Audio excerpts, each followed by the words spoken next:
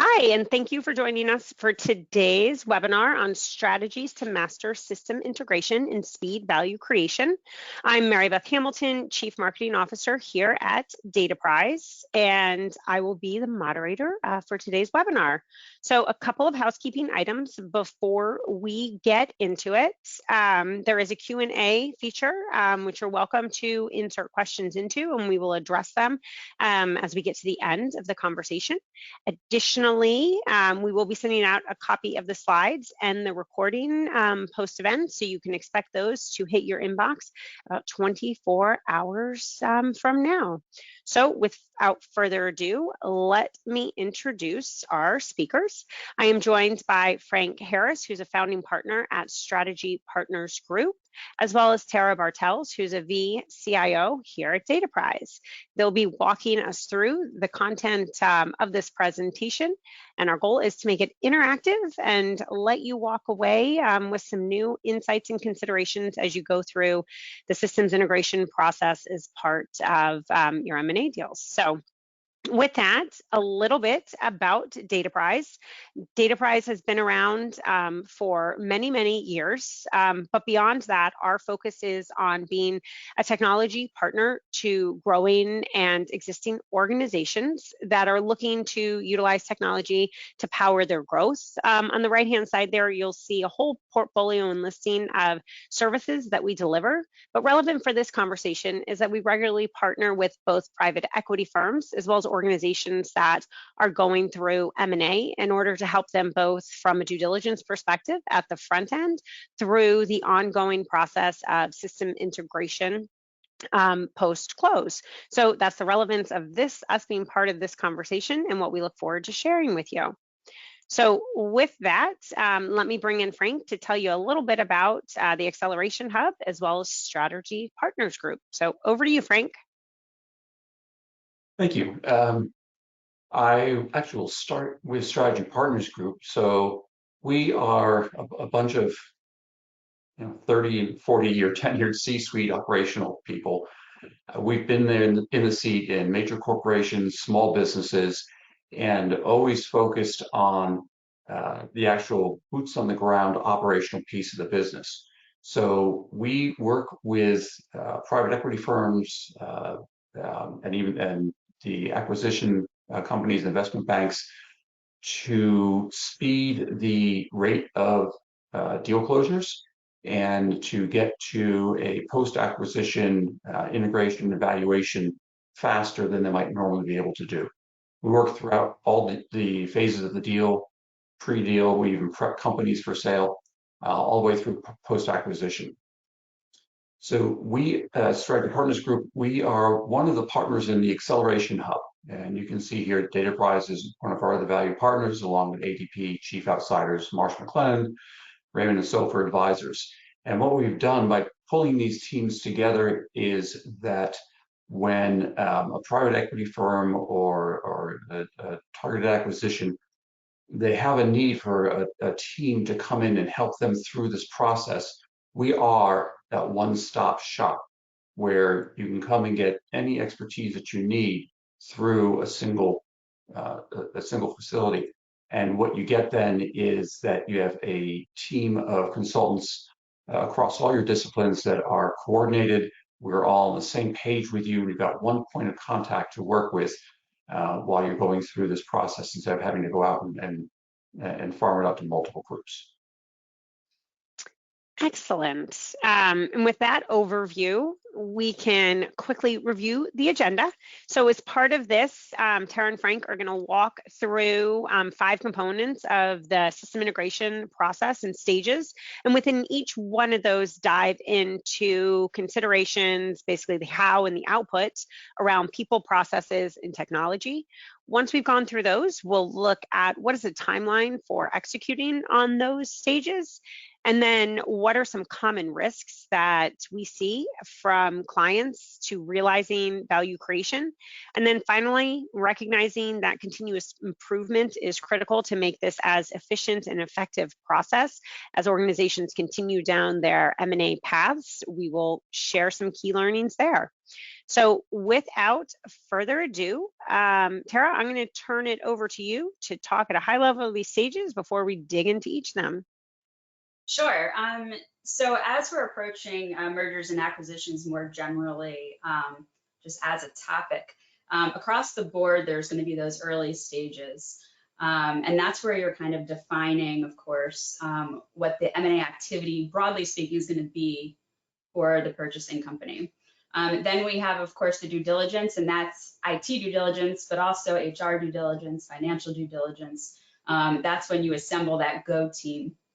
And then launching the M&A integration effort, that comes after that day zero. So day one is when we start to actually see the integration groundwork being laid. I think that next one might be conduct discovery, that would come there. But that's when when we're going into the target organization and we're taking a look, at least from the level of depth we're able to gain access to at that time, is when we do the discovery that we can. For there, we start executing on those tactical quick wins.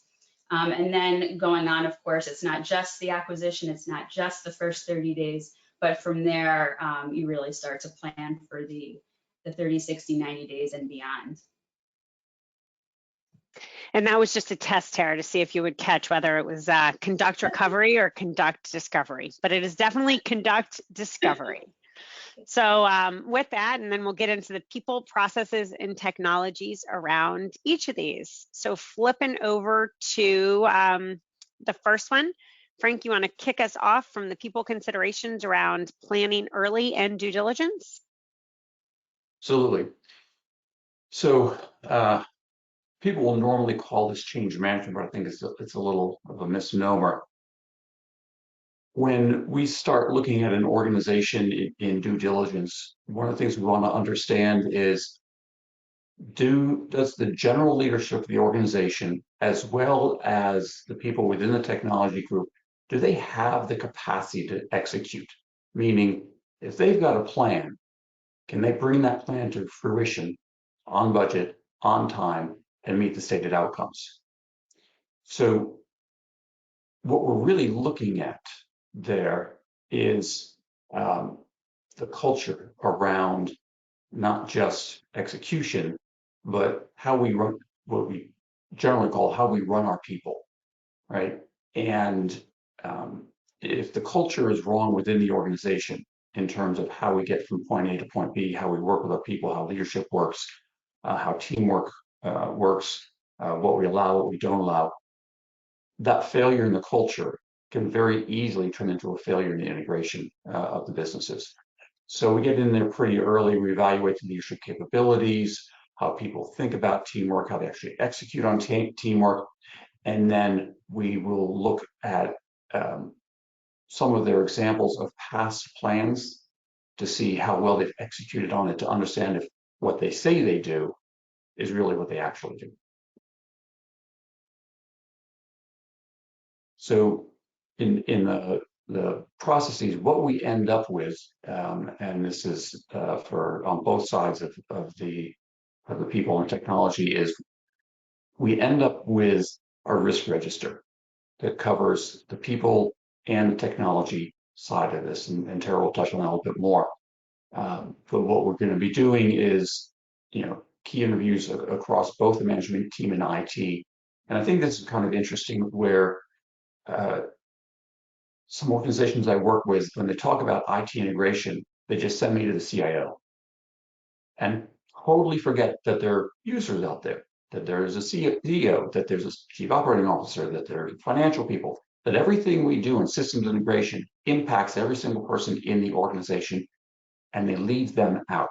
So when we talk about key players, we're talking about everybody that is impacted by these changes. I talked a little bit about the company's ability to execute on a plan.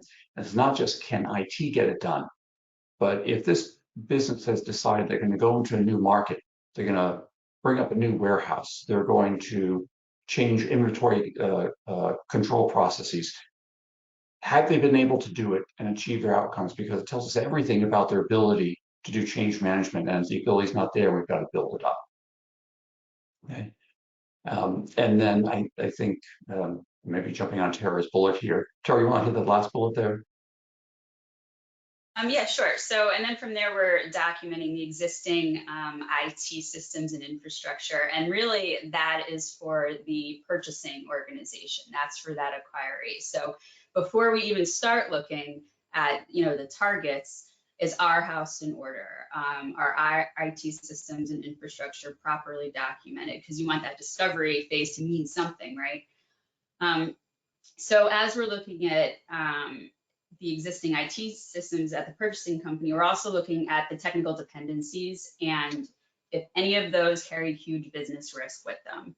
A lot of organizations right out of the gate don't necessarily have a fatal flaw, but there's a flaw sometimes in their own technical dependencies, right? So it's important to know where your, as a purchasing organization, where your technical dependencies are too. All of this, you would do the same exact thing for the organization that you're potentially going to acquire. So the due diligence really has that twofold, right? These bullet points are going to be the same for both the purchasing company and the one that winds up being purchased. So with that, we can get into the next phase of it, and that is to launch the M&A integration effort. So Frank, back to you. Okay. So playing into what we were looking at in the pre-planning, so now the big question becomes who should be on the team to guide this integration. As I said before, the obvious members who are always in IT, they'll always say, well, these are key user liaisons. But do we have people from both the acquiring firm and the acquired firm? If this is a tuck-in, do we have people from the platform company as well as the PE firm and the acquiring firm? And so we've got to make sure that everybody who's going to be impacted and everybody that has a stake in this is on that team. Very often they'll put the team together and we'll look around and say, why is there nobody from marketing here? Well, we're just integrating the ERPs. Okay, that doesn't impact marketing. So we've got to go through this question period and challenge the age-old assumptions of, well, we'll throw IT in there and they'll get it done for the users. When we move into the process piece of this, one of the key outcomes right from the beginning is we've got to establish the right culture for the integration of these firms. And that is really up to leadership. And they have to define, our culture, which is what's acceptable, what's not acceptable. How do we work around here? They have to communicate it over and over again. It takes a while. And then they have to exemplify it. And within that, they've got to be real good with teamwork. They got to be real good with mutual accountability, which is not, I hold you accountable. Because the truth is, short of firing you, I can't hold you accountable for anything. However, if we have the right people on the team, they hold themselves accountable for what they're doing. And what mutual accountability is, I would give all my team members permission to say, hey, I'm holding myself accountable for these things. If you see me slacking, please tell me. That's how you can help me hold myself accountable. That's mutual accountability. And with that comes the open communication, trust. And then when we talk about execution, there is a drumbeat to execution, to getting it done. And it's not up to the project manager or the program manager to beat everybody over the head on execution. That comes back to the accountability. And if we have a very structured process and methodology for communicating accountability and execution, we will get from point A to point B with the intended outcomes. When we talk about interpreting the business M&A objectives, that's kind of the last piece of this. And this is Tara and I had a long conversation about this.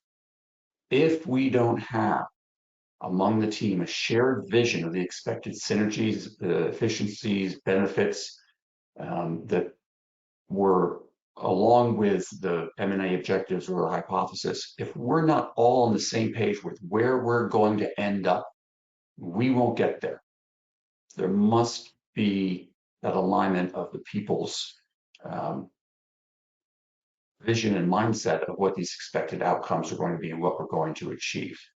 And Tara, do you want to touch on the IT integration piece of it there under processes? I'm sure. So the way that the process that we go through is really through an environmental appropriateness selection process, right? So again, that's looking at those most core activities to the business and understanding where you want to wind up in a future state from a technology point of view. So are you all going to the cloud? Is that going to be your overall posture? Or are you going to have an integration posture where all of the target companies start using your systems? Those are important things to kind of understand and know ahead of time and at the outset of the M&A integration, because that's really where you can run into huge problems in terms of cost, in terms of ultimate success, and not just whether the technologies integrate at the end, but if the companies successfully integrate as well. Excellent. So then we move over to conducting discovery. And back to you, Frank. So we now know we've got the people on the team that need to have input into the process, and we've got the right people on the team. We also have set the right culture, so we know we're going to be able to get from point A to point B. And then the next question is, okay, we got the right people, but do we have all the right skill sets? There's an old analogy from book Good to Great, which is, do we have the right people on the bus, and are they in the right seats? And the seats in the right seats, basically, they've got the right skill set, they've got the motivation, they've got the desire to do this. So it's possible to have all the right people, but we don't have them in the right positions exactly. Or even though we have all the right people, we are still missing some key skill sets that we need, that we want for the execution of this project. So we've got to go through and do that analysis. And what that will look like, if you can move on to the next slide, Mary Beth. There you go, thanks. We're going to build a team member skill matrix. And that is going to be very simple, what you would expect. We're just going to do an assessment of the soft and hard skills of each team member, and that becomes a matrix. And we're doing this when I say every team member. If the CEO is on the team, we're doing it with the CEO. If it's a program that's been there for 6 months, we're doing it for this program for 6 months. We have to make sure we've got a good complement of skill sets so we can get all the way through the program. And then when we do that, fix that skill, finish the skill matrix. If we have talent gaps, we need to plan on how we're going to fill it. And then that brings us to technology, Tara. During the actual discovery phase, that's when we're going to start refining that view of the current state at both organizations. Something really important to understand is also the in-flight projects. And that's something that many times you really won't hit on until the discovery component. So that's once you're talking with the IT leaders about not just what their current state is, but what does that current backlog look like for them currently? Because that'll be a pretty good indication of A, risk and change management risk as well, or B, whether, sorry, I lost my train of thought there. The Frank saved me here. Well, I feel better. I'm not the only one that does that. I appreciate that. You were going down the road of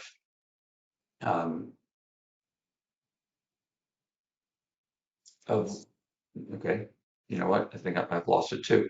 But the we know we were going down the path of designing for the end state and understanding if there were any projects in flux that need to be considered in Yeah. addition to ones that are being built for that final state, and then looking at the IT domains on both. Yes, the risk and change management involved with things that are currently in state or about to kick off, because with what you have coming right up isn't just change management, of course, but you could potentially have a multi-million-dollar upgrade that is planned for or not planned for. Maybe it's on the leadership at the director level. Maybe it's on their radar, but it hasn't been formally documented in a budget process. That becomes a big surprise.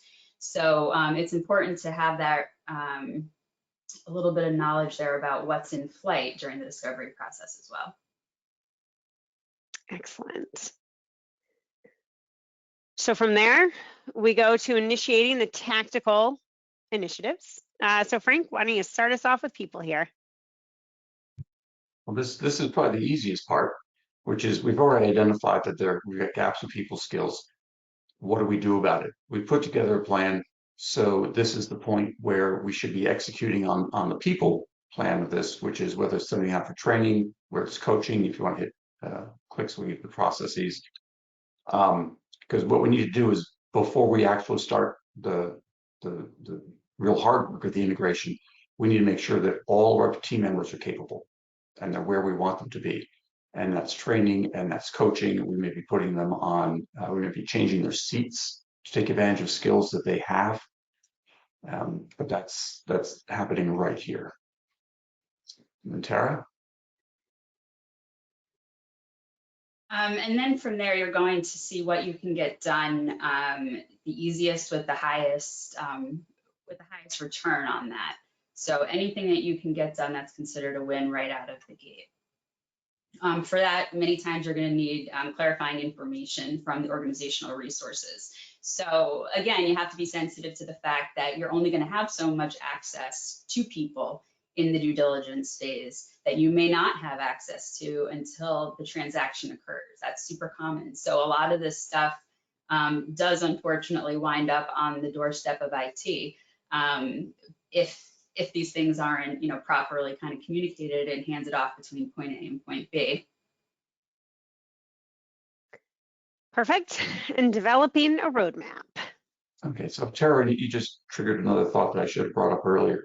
While we're doing the skills matrix, the other thing we have to marry that to, and this is a constant iteration, is simply resource management. You brought this up, which is that we may put together the team, look at the skill set, and say we're good to go, and then the plan comes back and say, we're about 5 people short.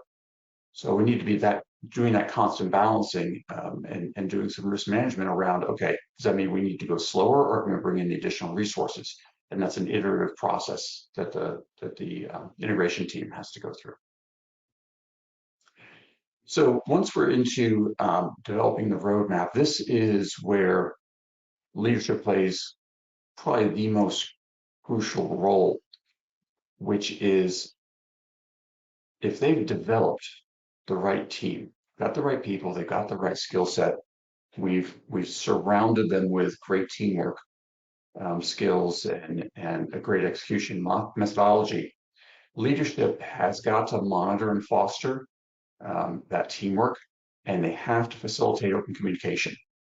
When we look at where failures happen in high-risk industries and in projects, majority of failures are due to communication and poor leadership. Because if you envision a team as a circle of people, and within that circle, every team member is an arrow. If those arrows are moving in different directions, the team just does this. They go nowhere. It's leadership's job to keep all of those arrows aligned in the same direction so the team is moving forward. And they very often lose sight of that. So what we want to do is set up some team performance metrics with the leadership team, and they have to be constantly coaching. They've got to be helping with the mutual accountability, regular, almost over-the-top communication about how the teams are doing, how individual team members are doing, do briefs and debriefs at strategic points so that we can make sure we're all still aligned. That's what briefs do. And debriefs are a learning mechanism. So we've gotten through a certain phase. What did we learn about what we just went through? So we move into the next phase or into the next aspect of the project or the next system, we can do it better. So if we keep that constant, continuous learning loop going, then we're going to move that team and the project up. And when we talk about getting to value creation faster, that learning loop is one of the key facets, key tools we have to do that. Tara? So if all the people are moving in the right direction and we're managing that from a change management process, what do we need to be doing from the technology roadmap perspective? From there, we really kind of work towards that prioritization, and you can remember that the prioritization sometimes can shift as you discover more things about either your own IT environment or the target's environment. It is nice to have everything completely transparent and planned for and all the risk identified on day one, but it is a constant, learning each other relationship. So you do have to be a little bit flexible in terms of how you prioritize. That all being said, you want to make sure though that you have budget at least assigned to those different initiative items. This way, when you're changing where they are in the timeline, you're still accurately reflecting that in the budget. So I really recommend that you go that route rather than the opposite and just saying, okay, we have this much money we want to spend. How do we do it? Really, I encourage you to go the other way around. So we've talked about each one of the steps, and you touched on a bit of timeline on that last component. Can we go a little bit deeper here on what each one of these looks like throughout the process? And Tara, you can kick us off. Sure, yes. So again, the due diligence is the ideal that you want to come in on, right? As an IT, as someone speaking from an IT point of view, ideally IT is involved in the due diligence in a total, perfect harmony heaven environment. They're also involved in the shopping phase, right? Of looking at their competitors and saying, hey, Mr. Competitor over there, like their technology is incredible. It meshes with ours. We can really get those synergies. That's the absolute ideal, is that you have technology as your shopping partner. But absent that, you really hope to come in on the due diligence. But many, many, many, many times, especially with smaller organizations and smaller private equity firms, IT is not involved until that letter of intent is really signed, and sometimes not really even until that, but truly at the close once ink hits the paper. So it's incredibly advantageous to get technology involved as early as you can. Post closure, again, that's when we're going to start to kind of see a little more skeletons in the closet if there are any to be had. And that's also where you start getting into the individual business processes, right? Those key business processes. That's where you really start to take that first close look and say, hey, how does that workflow work, right? How does it map? What are the technologies supporting that workflow? That's when you get down to that layer 1 or that layer 2 in the business capability mapping. So as you get through that road mapping and then those quick wins, that's when you really start the true kickoff. Something that you want to be cognizant of as you are planning for integration kickoff, and this is probably what I'll hand it back to you, Frank, really is the people component. Because as even though I'm talking from like a system and technologies point of view, at this point, you have the opportunity to talk to the individuals who rely on those technologies as participants in the workflow, which is a little different, right? Because if we're just looking at the workflow and where the data traverses, but we're not saying to that end user, hey, does this actually work for you? Or have you always hated this and had a big problem with it?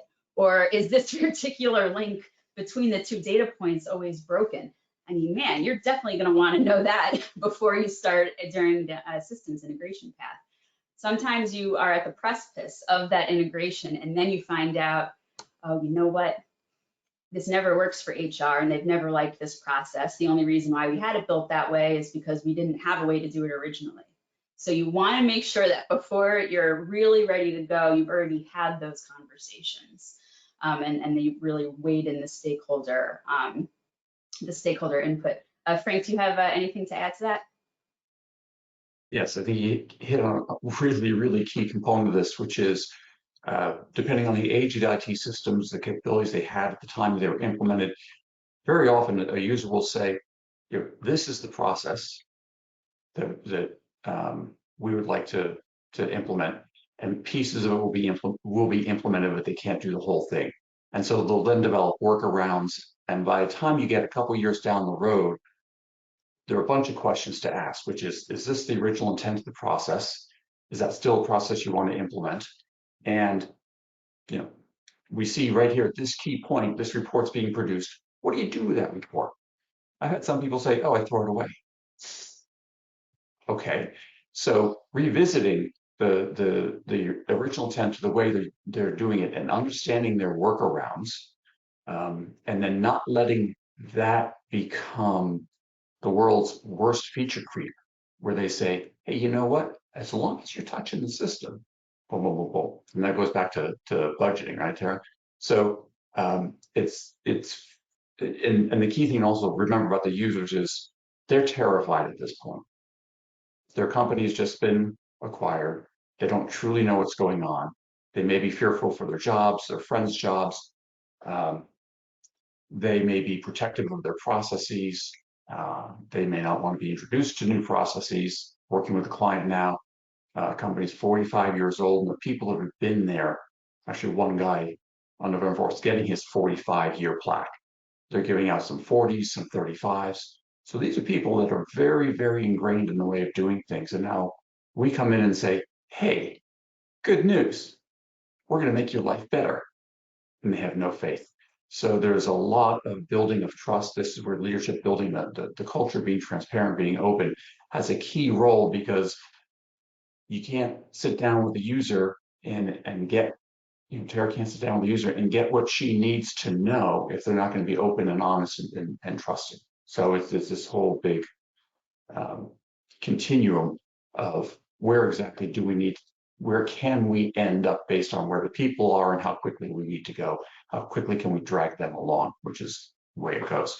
I think a lot of that plays into the difficulties that Tara would see in trying to understand the process, how the systems work, how the users actually use them versus how they were designed to be used.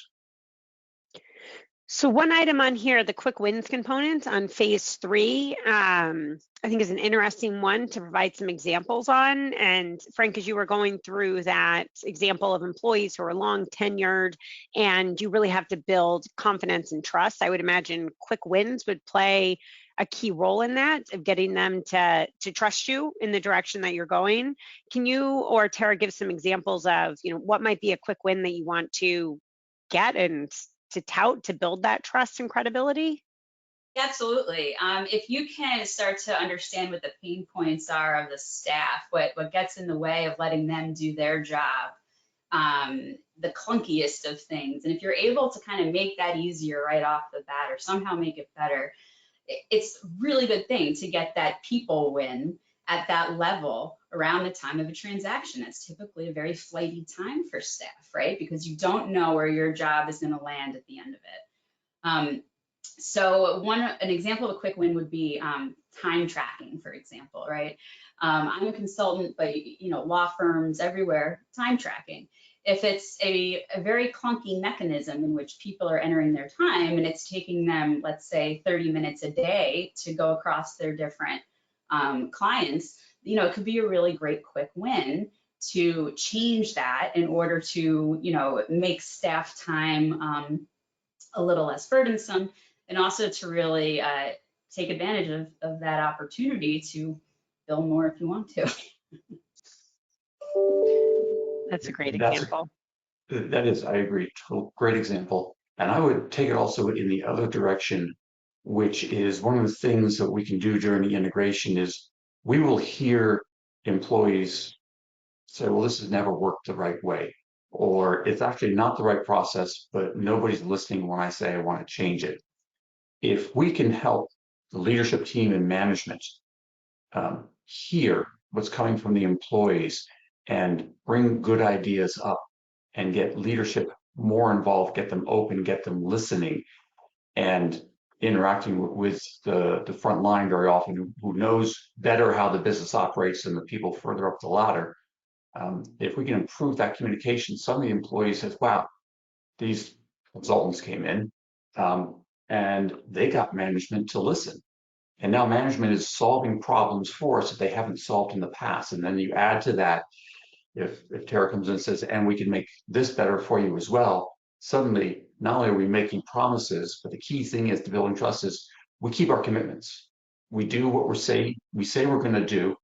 And part of the role of consulting team is we're always advisors to the management team and leadership team on what they need to be doing and saying, not just from here, make this decision, but it's going out there and say, look, this employee has some great ideas.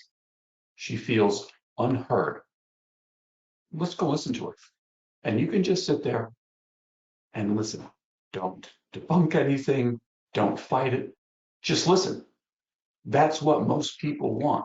So when we bring these better employee interactions into the workspace, right? That is how also we build the trust. And that'll go a long way towards getting the buy-in for those employees. So there are quick wins from a technology and process standpoint. There are also a bunch of quick wins from the culture aspect of it, because we really need the frontline people on board. Because if they don't accept what's going on with the integration, and they become roadblocks, or they become resistance, and they become, you want a few naysayers, but you don't want too many naysayers, then that's going to slow down the whole process, and we are not going to hit our objectives. Those are great examples. Thank you both. So with that, we covered those 5 steps and timeline. Now let's talk about some common risks to realizing value creation. Who'd like to kick us off here? You guys are both fighting for that first one. We'll let you have it, Frank. Well, I'm not going to take them in any particular order, because some of them are related. But if I, Tara and I had this conversation on setting the program metrics, and that relates back to what we were talking about, where there was a hypothesis or thesis or whatever the group wants to call it, around, if we buy this company for this much money, these are the synergies, efficiencies, this is the value growth, this is the return. They have a thesis on how this whole thing is going to work. Do they ever set up the metrics to measure whether the thesis was right or not, or whether they're at least moving towards the thesis? And that, that can be a dashboard that goes across a variety of different indicators. But if they're not setting that up, it makes it hard for us to create that shared vision of where we want to get to. Right? Tara, before I move on, you want to expand on that, or add, or did I cover it perfectly? Which I doubt. No, pretty close though. It's you want to make sure that those hypotheses are really have the input of the different leadership minds at the companies that you're looking at. Or companies that are looking to purchase other organizations.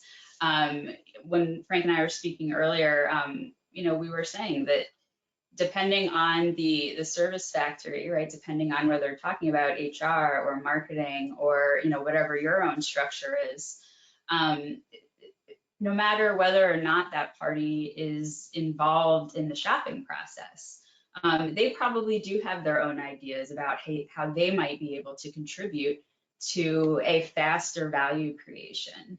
They truly understand their processes and systems in many, many, many ways better than anybody else at their companies. So to be able to kind of share those thoughts and to be open and receptive to hearing those types of point of view, even though they're not exactly related to you. So you might be hearing, things that are only related to HR, but even so, to have a pulse on what those different priorities are. So, and I think you really just kind of tied all 4 of these together, because they're very interrelated. So you just talked about the buy-in and adoption through the shared vision. So the way I hear what you're saying is from the CEO to marketing to IT to finance to the PE firm that's purchased them, they have to have a single shared vision of what the outcomes are we're going to produce here. That's the only way that we can put together a plan for them to get there. I can't have 5 plans for 5 different executives that have different visions, right? And then part of that plan that they have to agree on is, okay, these are risks we're willing to take, and we understand that the cost. So we come to them with our risk registry, and they have to understand what the cost to mitigate the risk is, the cost if you don't mitigate the risk. Are these showstoppers? So we've got to do the traditional assessment of what's the likelihood it's going to happen, and if it does happen, what's the impact? And that's where they're going to start understanding that the cost of the risks, and they have to balance the risk for the efficiency of, well, gee, we actually don't have the money and the time to mitigate every risk the way we want to do, so we got to pick some directions here.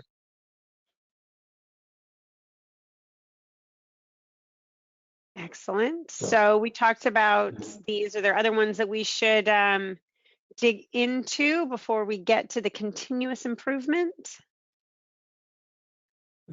So I want to go back into adoption for a second. Worked with an organization a couple of years ago where the CEO was CEO in name because he owned the company. The COO ran the company. And between the two of them, they had created a difficult culture within the organization. So they went through, they got bought out. And as they started moving into integration, every firm that bought them didn't quite understand the culture. They saw something on the facade but didn't dig into it. And what they found is that the culture was command control and management through fear. So getting the employees to trust that they could make decisions, that they could speak up without being berated, that they would not be fired for making a bad decision that to be considered a learning opportunity. This dramatically reduced the equities firm's ability to go out and make their second, third acquisition, which they did anyway. And the integration then, instead of they wanted to do an integration, the original plan was around 9 months. They were 18 months into this and still struggling, and that delayed the integration from the other one. So when we talk about the buy-in and adoption through shared vision of outcomes, the earlier you do that, back to Tara's point, you really need to get people involved in when you're just shopping for the companies. Define what you're looking for, not just to the, gee, this is a great acquisition from a dollar standpoint, but the gardeners show up at always the worst time. But also from the cultural standpoint, these people have the culture where they can manage change, they can get through this integration. So that taking twice as long to an integration as you planned.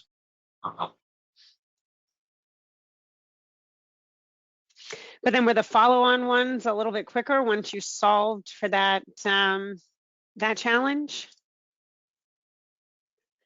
The follow-ons got faster, quite honestly, when the COO left the platform company, and the CEO got what he really wanted, which was not to be CEO, but to come in 3 days a week and just do his job and then go home.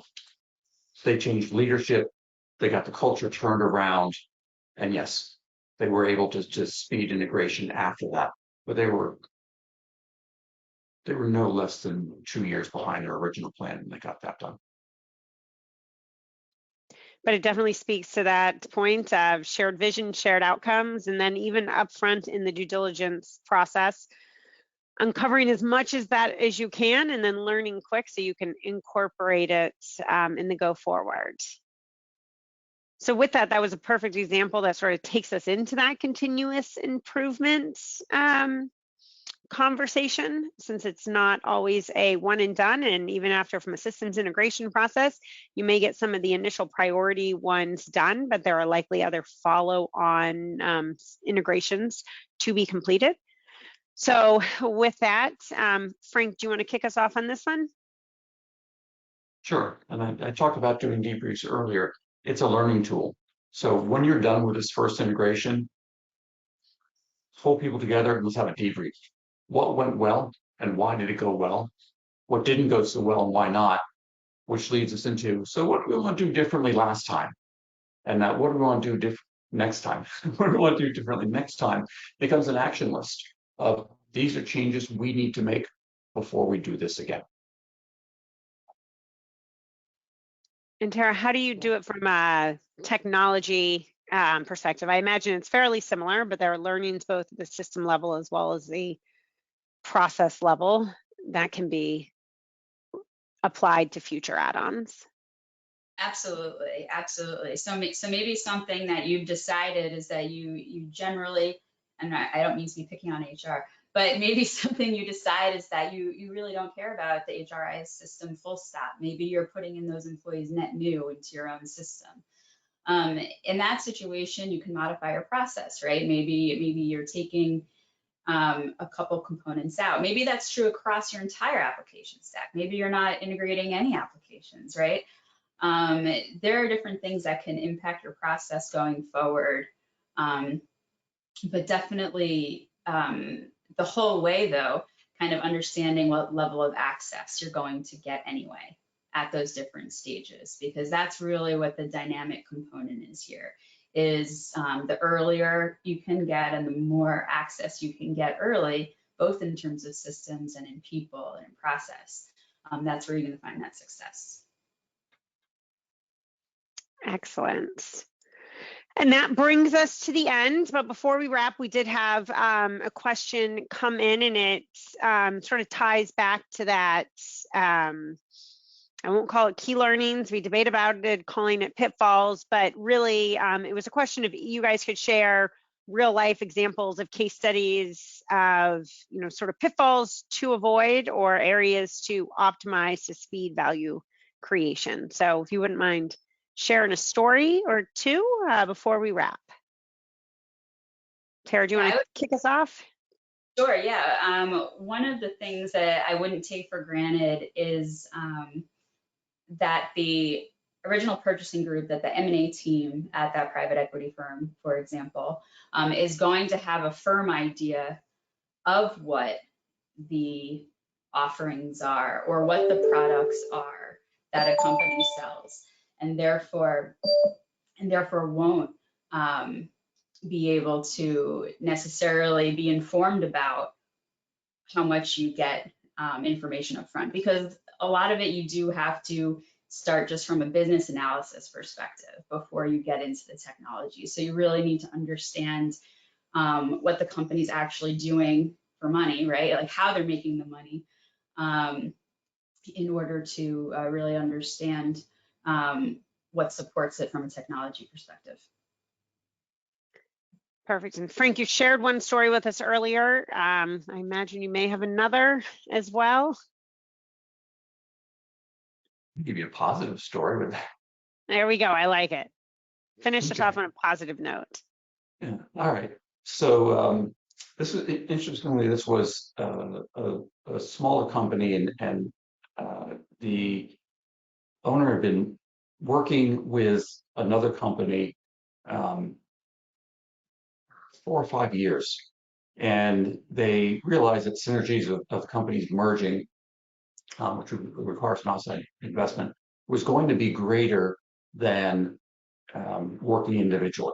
They could reduce, back office overhead and have more people at the planning table, and it was going to be that whole long list of great things.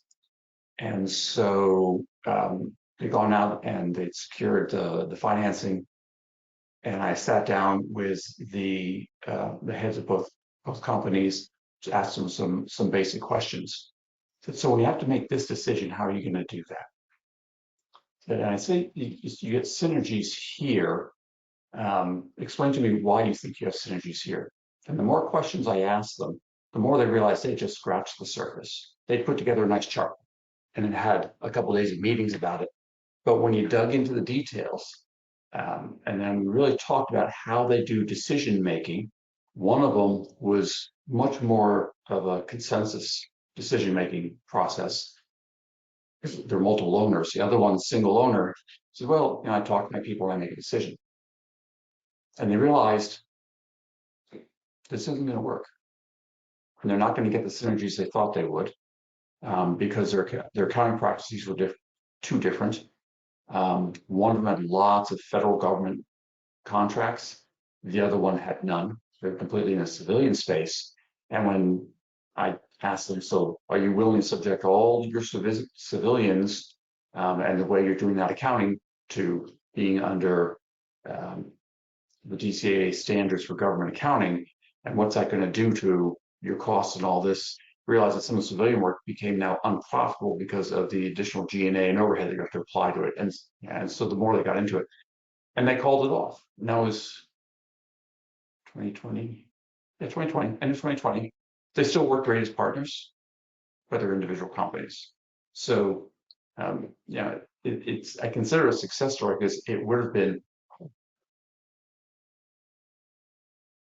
That's fascinating. It's a different way to look at what success looks like, but the importance of looking at the business holistically to understand how they're going to integrate and what the synergies are in advance. So, Frank, thanks for leaving us with that one. And thank you both, Frank, Tara, for joining us for this conversation, and thank you to our attendees. We will get you a copy of the recording and the slides within the 24 hours, as well as contact information if you want to reach out to either Tara or Frank to continue the conversation. So thank you both and have a great day. Bye. Thank you, Mary Beth. Thank you, Tara.